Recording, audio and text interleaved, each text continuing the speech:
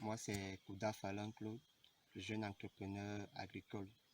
Je fais dans la culture de maraîcher et en particulier, j'ai le gombo sur le terrain. Bon, l'impact du coronavirus sur mes activités est que j'ai prévu, j'ai fait une superficie de 5000 mètres carrés et selon mes prévisions, je m'attendais au moins à récolter plus de 3 tonnes sur cette superficie. Maintenant, malgré que nous respectons quand même les règles prises par l'État par rapport au coronavirus, et ça a vraiment un impact sur mes activités parce que, premièrement, j'ai d'abord une main-d'œuvre qui est déjà rarissime. Parce qu'actuellement, je travaille déjà presque seul et, et j'ai mes produits qui sont en train de se gâter. Parce qu'à moi, ça, je ne peux plus travailler sur 5000 mètres carrés à cause de la main-d'œuvre et les employés que j'avais sont en confinement pour respecter les règles mises en place par l'État.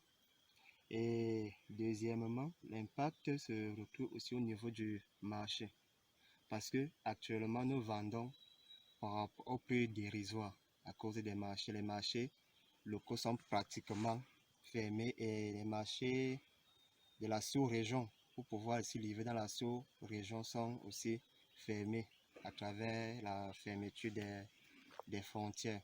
Parce que à cette période, nous vendons parfois le bako à 12 500, 15 000. Mais actuellement, avec la surproduction que nous avons sur le marché, on se retrouve en train de vendre le bako à 3 000.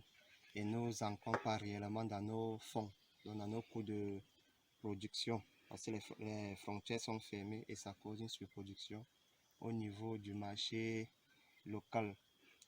Et la doléance que je peux vraiment faire aux partenaires financiers est que s'ils peuvent vraiment nous aider au niveau des intrants agricoles et, et aussi nous faire des recyclages au niveau des formations pour avoir des méthodes de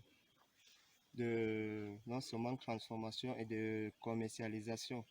Et quand je parle de transformation, s'ils peuvent nous aider avec des méthodes adéquates, par exemple comme des machines qui peuvent nous aider à sécher nos produits pour les revendre plus tard, pour que nous entrons au moins dans nos coûts de production.